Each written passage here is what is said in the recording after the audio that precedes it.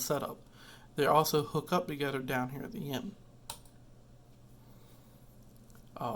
The torch valve setups, if you notice, if you pull them up and actually unscrew them, the fuel will come in, pop up, and then go. When it's closed, it keeps it locked down and keeps it safe. Our cutting torch tips, so you have your different orifices, which is your preheating orifice and your cutting oxygen orifice, and then your tip nut, which holds the torch in.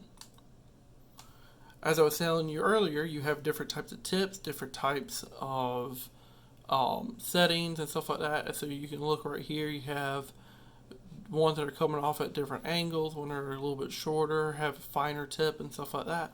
And that's because a welding torch setup or a cutting torch setup are very similar, and all you have to do is just really change out the tip and you can get it to do what you need it to do.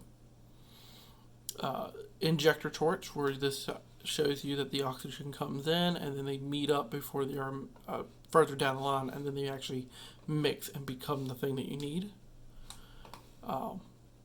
Here's your positive pressure. Once again, oxygen comes down, gets to the mixing system, settling's coming down, gets here, and now they're actually combined and come out the torch.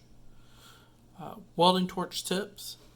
There's different types with the tube and the tip combination, separate tube and tip, orifice sizes, which have an identification system number and stuff like that. Once again, follow manufacturer's recommendations. When you're cleaning it, you can get a little setup like this that have little files on the very end. And you actually have little holes at the end of your tips that you put the files in and clean them out. You want to make sure that your orifices are cleaned all the time. Any little bit of slag or something that's caught up in here, it's going to make your flame go a different direction than you want it to. Using mill file to file the tip flat. You don't want this to be curved. You want it as flat as possible. And by the end of it, you might have to clean it over and over again. It's fine. It happens with it. You're using it to cut metal. It will get dirty. So you want to make sure that it's clean after every use and before you use it as well. You have different type of welding rods for a oxy cutting welding set. It's melted to add filler metal to a weld bead. So if you see right here the different kinds, it's available in different types of carbon steel, stainless steel, bronze, aluminum, and magnesium. So this is your spark lighter. It is a flint and steel. The flint's right here. This is the steel. And when you strike it, it causes sparks. That's why we call it a striker in the welding field. There's also pilot lights and ecomizers, but never use a match or a lighter. First of all, if you're using a match, it's really close to your fingers and you can catch your hand on fire. A lighter is a different type of gas that if this flame hits it, it will explode in your hand. So you do not use them. Let's talk about the protective clothing.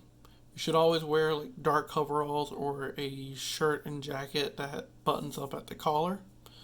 They need to be flame resistant. They cover up pockets, no cuffs or folds. If you have folds, that's where sparks can land in and catch up, and then you'll catch on fire. Your pockets should have little flaps that are able to cover them. So if you think about it, people like to wear hoodies a lot. Hoodies are just a big giant pocket ready for flames to catch them in.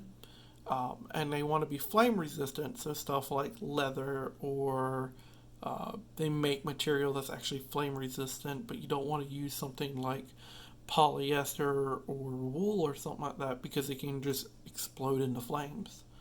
You want to make sure that you sometimes have a cap because you will have sparks that fly off and get into your hair. You want to make sure you have gloves to cover your hand, and you want some type of leather. So this could be like a leather apron, leather for your legs or something like that. Different things is now you're going to need some type of goggles, so eye protection for your ultraviolet rays and infrarays. They need to have a filter lens or a cover plate. Of course, you're going to want to wear safety glasses that are shatter resistant, but truthfully, you should never not have safety glasses on. This is one of the big things. The thing you should know is that when we're doing this, you will have a shade 5 darkness here. So if you see how dark green this is about a shade 5, and that is to protect your eyes from the ultraviolet light. I hope everybody got information. If you have any question that you need to ask, please leave a comment below. Thank you very much.